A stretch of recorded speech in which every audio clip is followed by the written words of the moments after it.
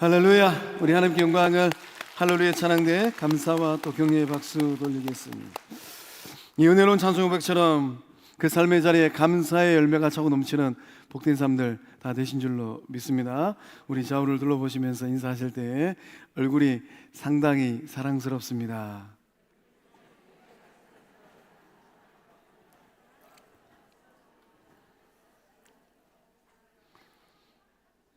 이 사랑스러운 얼굴을 통하여서 성령 하나님께서 일하시고 역사하고 계신 줄로 믿습니다.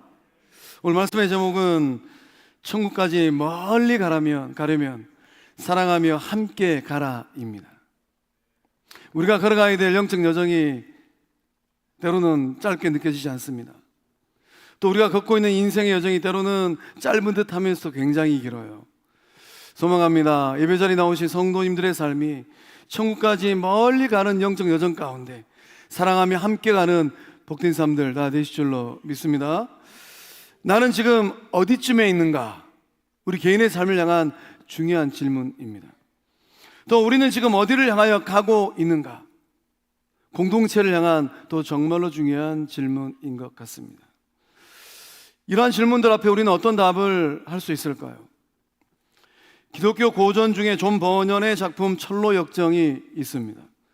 그 철로역정의 주인공의 이름은 크리스천이에요. 이 크리스천이 장망성을 떠납니다. 장망성은 장차 망할 도시예요. 장망성을 떠나서 시온성을 향하여서 영적 여정을 합니다. 시온성은 천국을 의미합니다. 이 크리스천이 천국 여정을 시작하게 되는 계기가 있습니다. 어떤 계기였을까요? 전도자를 통하여서 복음을 들었어요. 이게 첫 번째입니다. 말씀을 듣고 예수님에 대한 복음을 들어보니까 구원의 확신이 생겼어요. 이게 두 번째입니다.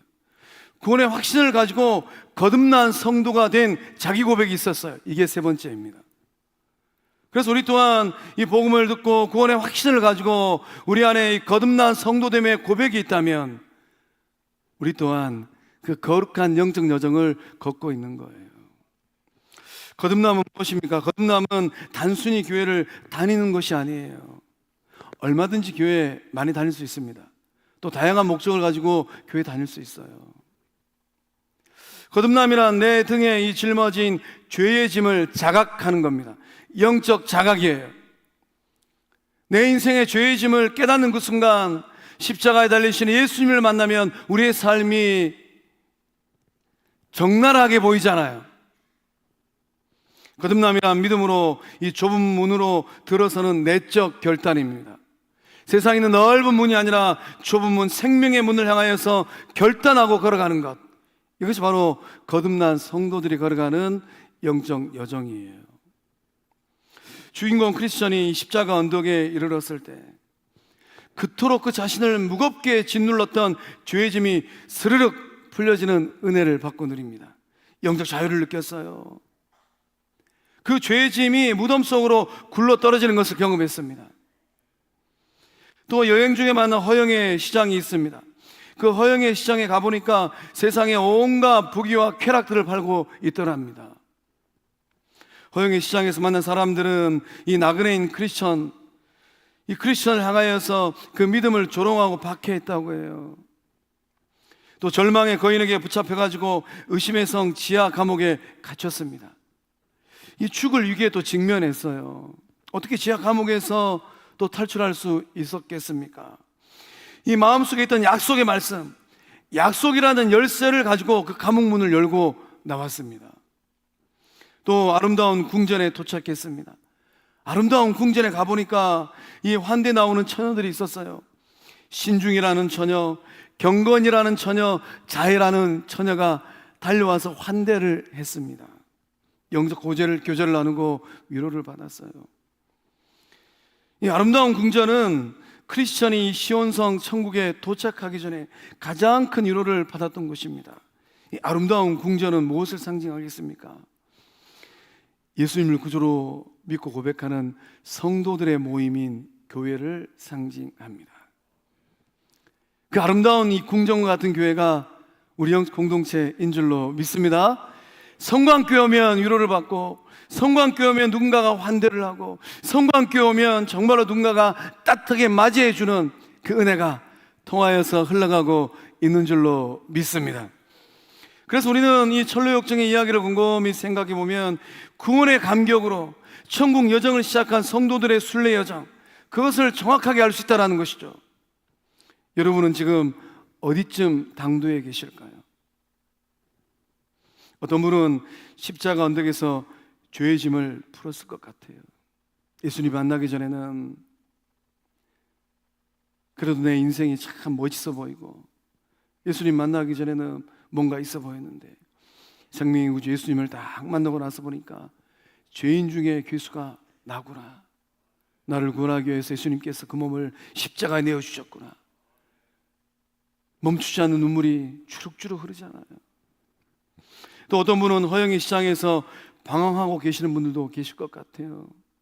세상을 살다 보면 부귀영화, 또 세상이 주는 쾌락들, 그런 허영의 시장에서 또 방황하는 삶의 자리, 또 어떤 분은 의심의 성에서 고난을 겪고 있는 분들도 더러 계실 것 같습니다.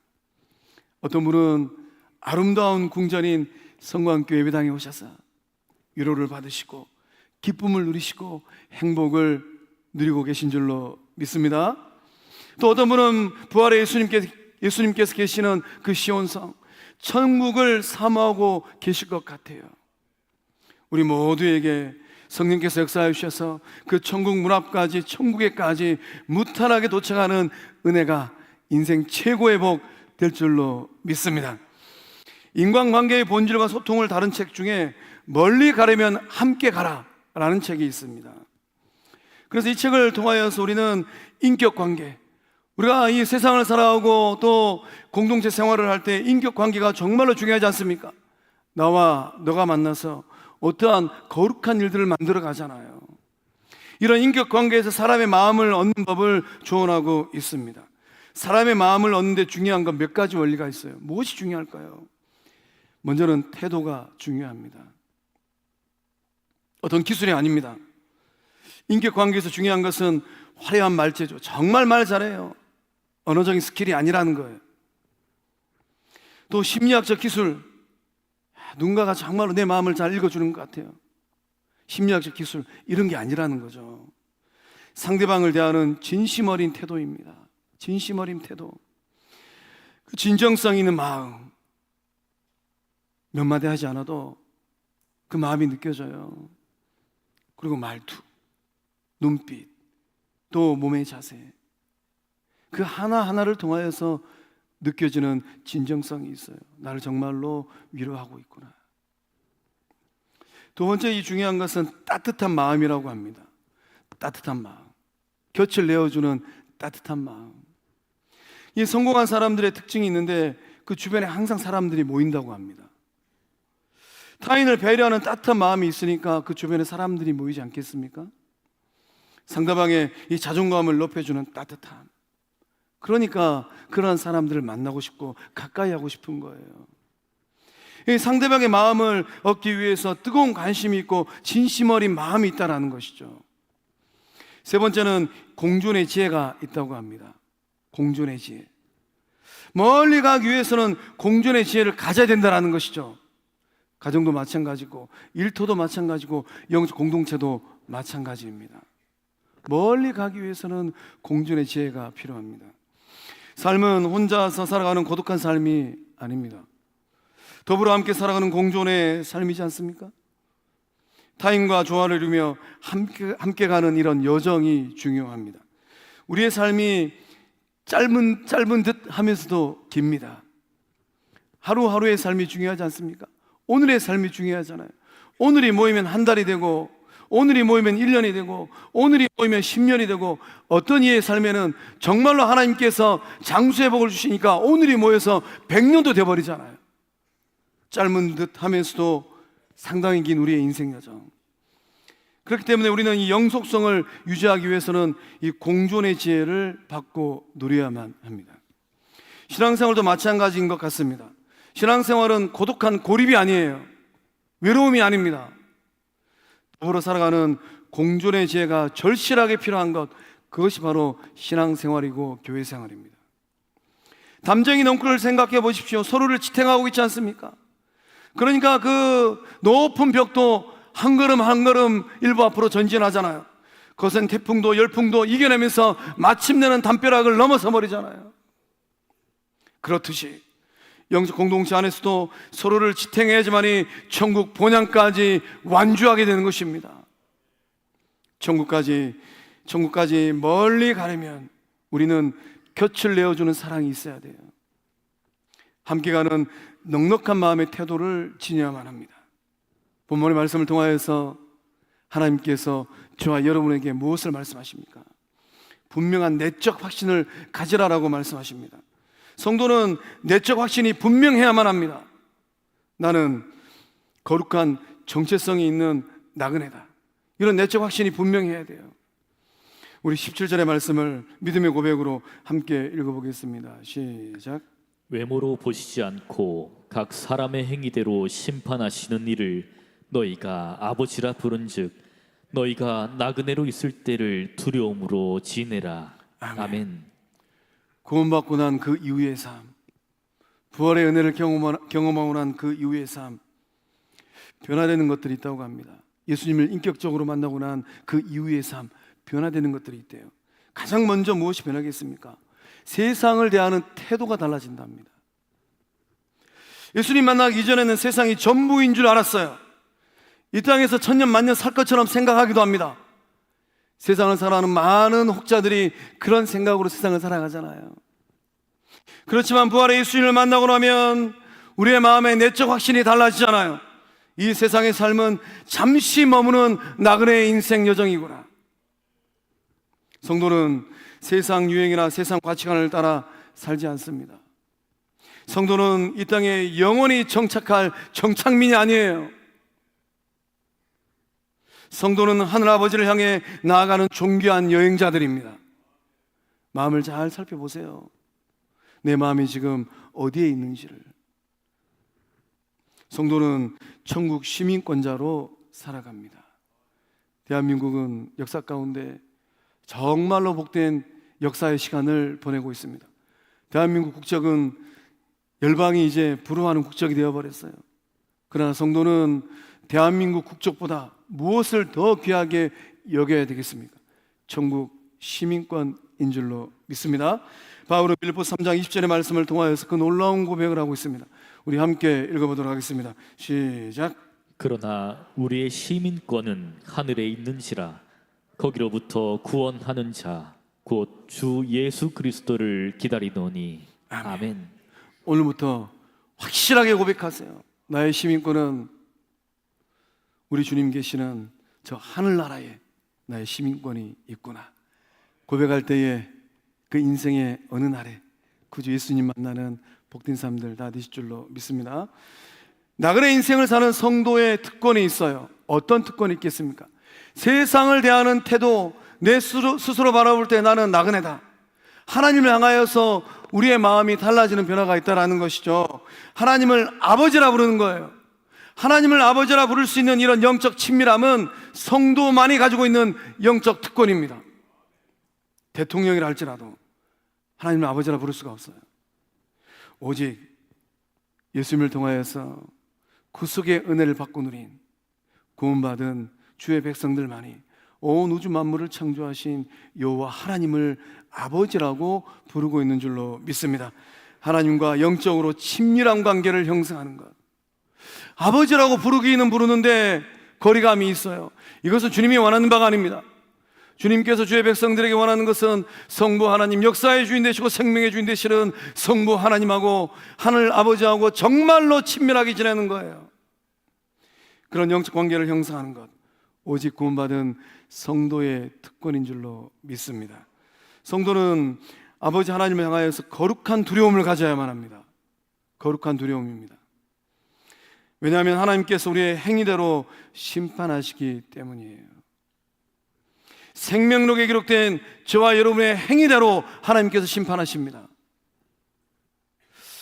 우리가 어떤 말을 하는지, 어떻게 행동하는지, 일상의 삶에서, 세상에서 어떻게 살아가는지, 생명의 주인 되신 하나님은 정확하게 알고 계십니다.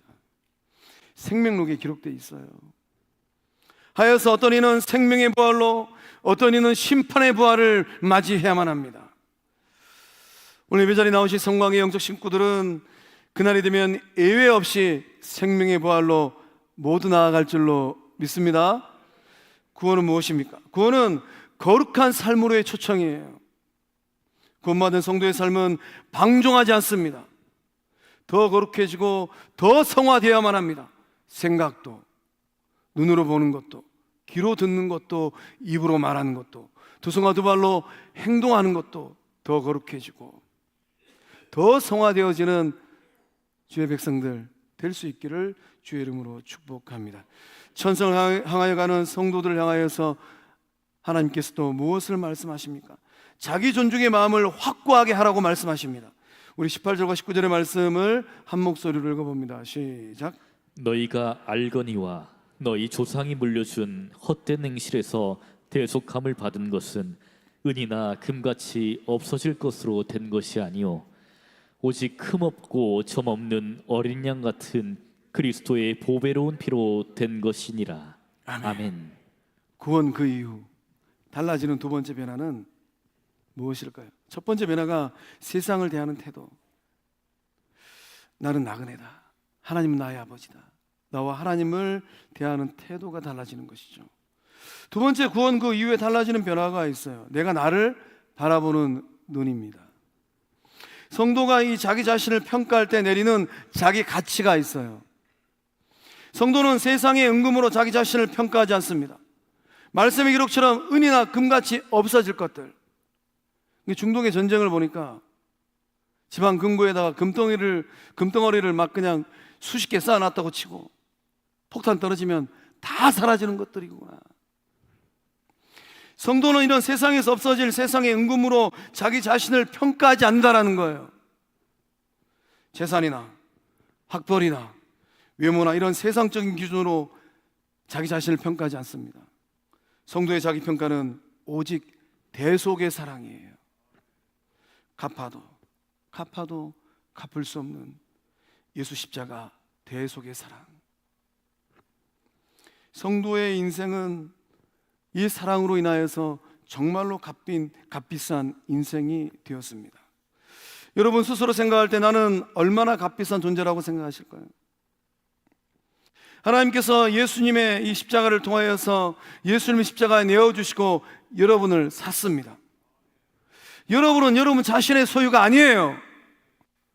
여러분은 하나님의 소유입니다. 여러분의 생명도, 여러분의 재산도, 여러분이 가지고 있는 능력도 모두 다 하나님의 것이에요. 그리스도의 피값이 바로 여러분 가치입니다. 세상적인 것들로 여러분 스스로를 가치 평가하지 마세요. 세상적인 것들로 우리가 스스로 가치 평가하면 마음만 상하잖아요. 주눅 들잖아요. 어깨가 움츠러들잖아요. 이 베드로 전서를 쓴 베드로의 삶의 자리는 어떤 삶의 자리였겠습니까? 예수님께서 AD 30년경에 하늘나라 하나님의 나라로 승천하셨습니다. 예수님께서 부활 승천하신 후에 베드로는 30년의 인생을 더 살아내야만 했습니다. 이 편지를 썼을 때 베드로의 삶의 자리는 나이도 제법 많았어요. 고령의 나이였고 노사도의 삶의 자리였습니다. 어떤 삶의 자리였을까요? 정말로 쉽지 않은 인생 여정을 베드로가 걸어가야만 했습니다. 그러나 베드로는 당당함이 있어요. 성도의 당당함은 어디서 오는 것입니까? 여러분 마음에 절절히 흐르고 있는 사랑에서 그 당당함이 오는 줄로 믿습니다. 문제는 여러분 마음에 절절히 흐르고 있는 십자가의 사랑이 있느냐는 거예요. 대속의 사랑, 생명의 사랑, 영생의 사랑이 있느냐 하는 것입니다. 고린도전서 6장 19절과 20절의 말씀을 통하여서 바울 사도가 고린도 교회를 향한 놀라운 은혜의 말씀을 고백합니다. 우리 함께 읽어보도록 하겠습니다. 시작. 너희 몸은 너희가 하나님께로부터 받은 바 너희 가운데 계신 성령의 전인 줄을 알지 못하느냐. 너희는 너희 자신의 것이 아니라 값으로 산 것이 되었으니 그런즉 너희 몸으로 하나님께 영광을 돌리라. 아멘. 진정한 아멘이실까요? 너희는 너희 자신의 것이 아니다. 값으로 산 것이 되었다. 하나님께서 여러분을 어린 양 예수 그리스도의 보배로운 핏값을 지불하고 샀습니다. 그렇기 때문에 여러분은 하나님의 소유입니다. 보배로운 존재가 되었어요. 이 놀라운 영적 변화를 확신하는 겁니다. 우리 몸은 값으로 산 것이 된 성령의 전입니다. 우리의 몸으로 하나님께 영광을 돌려야만 합니다. 성령의 전된 나의 몸을 통하여서 하나님의 영광이 높여지는 거예요. 내 입술의 말 한마디, 내 눈빛 하나, 내 손짓과 내 몸짓, 내 발짓을 통하여서 성령의 전된 나의 삶을 통하여서 하나님의 영광이 높여지고 드러나는 것입니다. 그네의 삶을 살고 계신 줄로 믿습니다. 아프리카 부족 중에 이 줄루라는 부족이 있다고요. 이 줄루 부족의 전통이 있는데 로볼라라는 전통이 있다고 합니다. 로볼라는 지창금이에요. 신부를 데려오기 위하여서 신랑이 지불하는 지창금이 바로 로볼라입니다. 이 화면에 보시는 것처럼 저렇게 아름다운 아내를, 신부를 데려오기 위해서 신랑은 지창금을 지불해야만 합니다. 그 신부의 이 가치만큼 지창금을 지불하는데 그 지창금이 무엇이냐? 소라고 해요. 이 신부의 가치만큼 소를 지불했다고 합니다. 가령 건강하고 일을 잘하는 신부라면 소 3마리의 지창금을 지불해야만 해요. 또 아주 뛰어나게 일을 잘하면 소 5마리라고 합니다. 과연 이 화면에 보셨던 이 여성을 아내로 데려오기 위해서는 소 몇 마리의 지창금을 지불했을까요? 어느 날 그 마을의 주장이 한 여인을 자기 아내로 삼기 위하여서 소 10마리의 지창금을 지불했답니다. 이제 부족에 있는 사람들이 깜짝 놀랐어요. 우리 주장님이 소 10마리 지창금을 지불했으니까, 이 로볼라를 지불했으니까 그 여성은 정말로 대단한 여성이겠구나. 일도 잘하고 그 부족에서 일 잘하기로 소문하면 순서로 매기면 1등이겠구나. 그런 생각을 가지고 이 부족 여성들이 와서 딱 봤는데 깜짝 놀랐답니다. 그저 평범하고 자신감이 없는 그 여성, 그 여성을 아내로 맞이하기 위하여서 이 주장님은 소 10마리를 지창금으로 지불했다라는 거예요. 부족민들이 이 주장님에게, 주장님, 소 1마리 또는 2마리 가치도 안 되는데 주장님 혹시 사기당한 거 아닙니까? 이렇게 얘기했다라는 거예요. 세월이 흘렀습니다. 흐르는 세월 가운데 이 소 10마리의 지창금을 받은 이 여성의 삶은 어떻게 변했을까요? 눈빛이 빛나고 우아해지고 자신감이 넘치고 기품이 아주 탁월한 그 부족의 여주인으로 변했답니다. 주장은 그 비결을 이렇게 설명했습니다. 그녀는 이 평생 자신이 소 1마리 또는 2마리 가치밖에 안 된다라고 생각하면서 살았습니다. 하지만 제가 위해서 소 10마리를 지불했을 때에 그녀는 자신이 소 10마리 가치를 가진 존재라는 것을 깨달았습니다. 그 가치에 자신을 맞추기 시작하자 그녀는 정말로 세상에서 귀한 여인이 되었습니다. 아마 이 추장님의 이 아내였던 그 여성은 내적 자아에 어떤 고백이 있었겠습니까? 나는 소 10마리의 가치다. 아마 그런 고백을 하고 결혼 생활하고 부족 생활을 하였던 것 같습니다. 세상은 때로는 성도들을 조롱하기도 합니다. 소 1마리 가치도 안 되는 사람이구만. 그러나 하나님은 우리를 사기 위해 최고의 지창금을 지불하셨어요. 소 10마리하고 비교할 수도 없습니다. 독생자 예수 그리스도의 생명, 예수 피값, 최고의 지창금 하늘 로볼라를 성부 하나님께서 지불하신 줄로 믿습니다. 그렇기 때문에 여러분은 가장 비싼 가치를 지닌 당당한 존재가 되었습니다. 사랑하는 성광의 성도 여러분, 여러분은 예수 피로 사신 보배로운 존재가 되었습니다. 나는 특별하다, 이런 고백을 하면서 내적 자존감을 키워가시기 바랍니다. 또 좌우에 있는 성도들 바라보시면서 역시 예수님께서 피로 사신 보배로운 존재이구나, 그러한 이 눈과 생각으로 바라보시면서 당신도 특별합니다, 이렇게 말을 할 때에 서로의 자존감을 높여주는 우리 모두 다 될 줄로 믿습니다. 하나님께서 또한 저와 여러분에게 무엇을 말씀하십니까? 뜨거운 사랑의 삶을 살라라고 말씀하십니다. 우리 22절의 말씀 함께 읽어보겠습니다. 시작. 너희가 진리를 순종함으로 너희 영혼을 깨끗하게 하여 거짓이 없이 형제를 사랑하기에 이르렀으니 마음으로 뜨겁게 서로 사랑하라. 아멘. 구원 그 이후 부활의 예수님을 만나고 또 만나기를 사모하는 그 삶에는 어떤 변화가 있습니까? 세 번째로 이 사랑의 변화가 일어납니다. 이 구원의 은혜가 흘러가면 타인을 향한 사랑이 반드시 그 삶의 열매로 맺혀야만 합니다.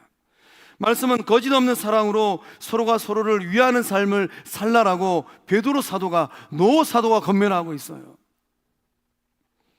구원의 역사가 일어나는 교회는 어떤 교회일까요? 어떤 교회의 구원의 역사가 일어나겠습니까? 공동체 안에서 서로가 서로를 뜨거운 마음으로 뜨겁게 사랑하는 교회, 그러한 교회들을 통하여서 성령 하나님은 구주 예수님은 구원의 역사를 이루고 계신 줄로 믿습니다.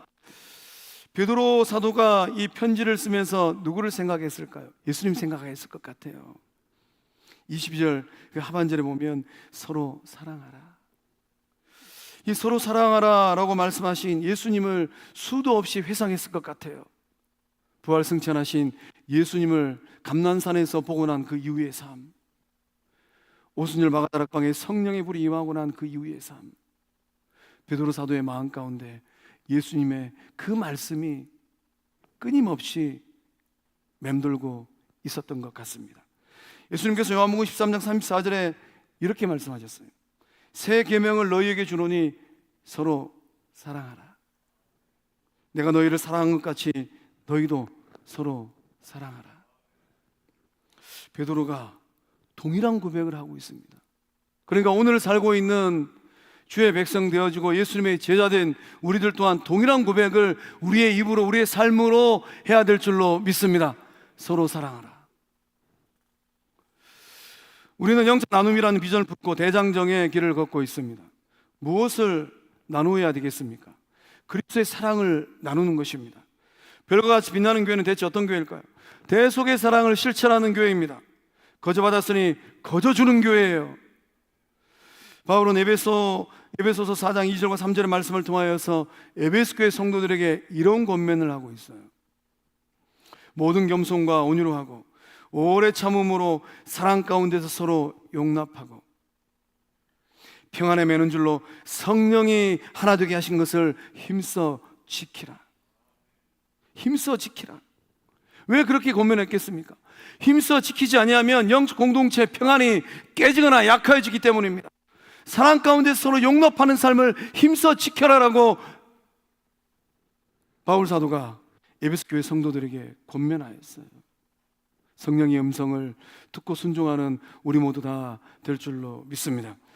인도의 성자 이 선다싱의 유명한 일화입니다. 선다싱이 한 동행자와 히말라야의 이 눈보라치는 그 고산의 고개를 넘어서고 있었답니다. 이 눈보라치는 이 히말라야의 높은 고개를 넘어가는데 낭떠러지에 떨어져서 신음하고 있는 노인을 발견했다고 합니다. 어떻게 처신해야 될까요? 그냥 지나쳐야 될까요? 아니면 낭떠러지에 떨어져서 아파하고 신음하는 그 노인을 찾아가서 돌보아 줘야 될까요? 함께 갔던 동행자는 혼자 살겠다고 돕기를 거절하고 자기 길을 가버렸답니다. 그렇지만 선다싱은 이 부상당한 노인을 찾아가서 둘쳐업고 등에 업고 저벅저벅 눈밭길을 걸어갔다고 해요. 혼자 걷기도 힘든데 등에 그 노인을 업고 걸었으니 얼마나 힘들었겠습니까? 이 선다싱의 몸이 땀으로 범벅이 되었다고 해요. 비오듯 땀이 흘렀다고 합니다. 이 선다싱의 이 뜨거운 몸, 또 이 체온이 노인의 얼어붙은 이 몸을 녹였다고 합니다. 이 노인의 온기 또한 이 선다싱에게 전달되었다고 해요. 정말로 힘들고 어렵게 이 고갯마루에 도착했습니다. 먼저 살기 위해서 종종 걸음을 갔던 그 사람은 어떻게 됐을까요? 혼자 살겠다고 앞서갔던 그 동행자는 그 고갯마루 한복판에서 얼어 죽었더랍니다. 혼자 살고자 했던 그 사람은 죽었어요. 그러나 남을 살리고자 헌신했던 선다싱은 그 어르신 덕분에 오히려 살았습니다. 내가 짊어진 무거운 짐이 있을까요? 그 무거운 짐은 나를 죽이는 것이 아닙니다. 내 의지와 상관없이 내가 짊어져야 할 어떤 인생의 무거운 짐들이 있어요. 가족의 짐이기도 하고 일터의 짐이기도 하고 영적 공동체의 짐이기도 합니다. 그러나 그러한 무거운 짐을 짊어지는 것은 나를 죽이는 게 아니라는 거예요. 오히려 그러한 무거운 짐들이 나를 살리는 생명의 열매가 되기도 하고 생명의 온도가 되기도 합니다. 하나님께서 짊어지게 하신 짐이 있다면 주저하지 말고 그 짐을 짊어질 때에 그 짐 덕분에 생명을 살려내는 복된 사람들 다 되실 줄로 믿습니다. 이 썬다싱의 이야기는 마태복음 16장 25절의 말씀을 실제화시킨 사건입니다. 예수님께서 마태복음 16장 25절에 말씀하시기를 누구든지 제 목숨을 구원하고자 하면 잃을 것이요, 누구든지 자기 목숨을 구원하고자 하면 잃습니다. 죽습니다. 누구든지 나를 위하여 제 목숨을 잃으면 찾으리라. 주님을 위하여, 성도를 위하여, 이웃을 위하여 그 목숨을 잃을 각오를 하고 등에 업으면 주님께서 살리신다라는 거예요. 오늘 말씀에 거짓 없이 뜨겁게 사랑하라, 이 말씀의 능력을 썬다싱이 그대로 보여주었습니다. 우리는 인생이라는 설산을 넘어가는 나그네들입니다. 나만 살겠다고 하면 영적으로 죽습니다. 그렇지만 남을 돕고 십자가의 사랑, 예수 사랑의 온기를 나누게 되면 나도 살고 남도 살립니다. 영적 공동체에서 교회 생활하실 때에 내가 살겠다고 정제되지 않은 말들을 하면 나도 죽고 남도 죽입니다. 그러나 성령의 인도하심을 따라서 그 말을 정지하고 생각을 정지하고 삶을 정지할 때에 하나님께서 더불어 살려주시는 은혜를 받고 누리실 줄로 믿습니다. 우리 가운데 그러한 은혜가 흘렀으면 좋겠습니다. 우리 가운데 그러한 사랑의 온기가 높아졌으면 좋겠습니다. 더불어 함께 목적지에 도착하기 위하여서 누군가를 등에 둘쳐 없는 그러한 열정, 그러한 고백. 천국까지 가는 여정이 때때로 만만치 않은 것 같습니다. 그렇기 때문에 우리는 서로가 서로를 들쳐업고 뜨겁게 사랑하며 함께 나아가야 될 줄로 믿습니다. 마침내 천국 문 앞에 이르렀을 때 마중 나오신 예수님을 만나는 그 복이 인생 최고의 복 될 줄로 믿습니다. 기도하시겠습니다. 생명의 주인 되시는 전능하신 하나님, 예수 대속의 사랑으로 구원받은 성도의 삶이 되게 하심에 감사함을 드립니다. 우리 가운데 역사하여 주셔서 분명한 내적 확신을 갖게 하여 주시옵소서. 나는 천국 시민이다, 나는 거룩한 순례자이다, 나는 아버지 하나님과 영적으로 친밀한 하나님의 자녀이다. 자기 존중의 마음이 커지게 하여 주시옵소서. 나는 보배로운 존재이다, 나는 특별한 사람이다. 우리가 서로가 서로를 바라볼 때 마음으로 뜨거운 사랑의 삶을 살아낼 수 있도록 성령님 힘주시고 능력을 다하여 주시옵소서. 그 은혜가 영적 공동체의 분복이 되어지고 우리 후대들의 영적 유산 되게 하심을 믿사옵고 생명 되시는 예수님의 이름으로 간절히 축복하며 기도하옵나이다. 아멘. 우리 다 함께 일어나셔서 예수 나의 산소망 찬양하겠습니다.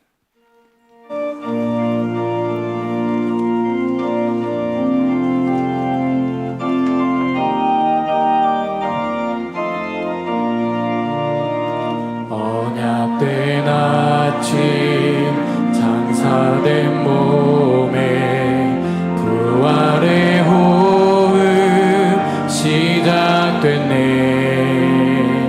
유다의 사자 위엄찬 선포 사망이 무너졌도다.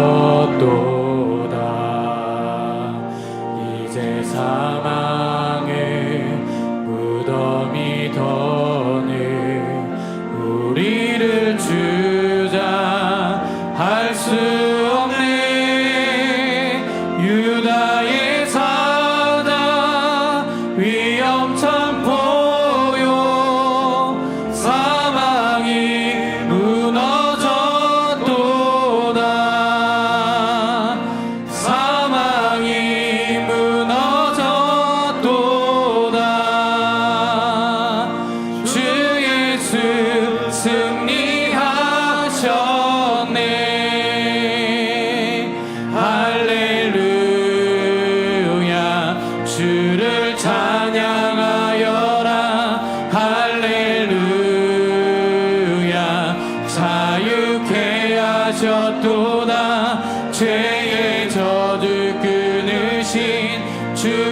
주께 구원이 또다. 주 예수 나의 산소만. 할렐루야 주를 찬양하여라. 할렐루야 자유케 하셨도다. 죄의 저주 끊으신 주께 구원이 또다. 주 예수 나의 산소만. 주 예수 나의 산소만. 주 예수 나의 산소만.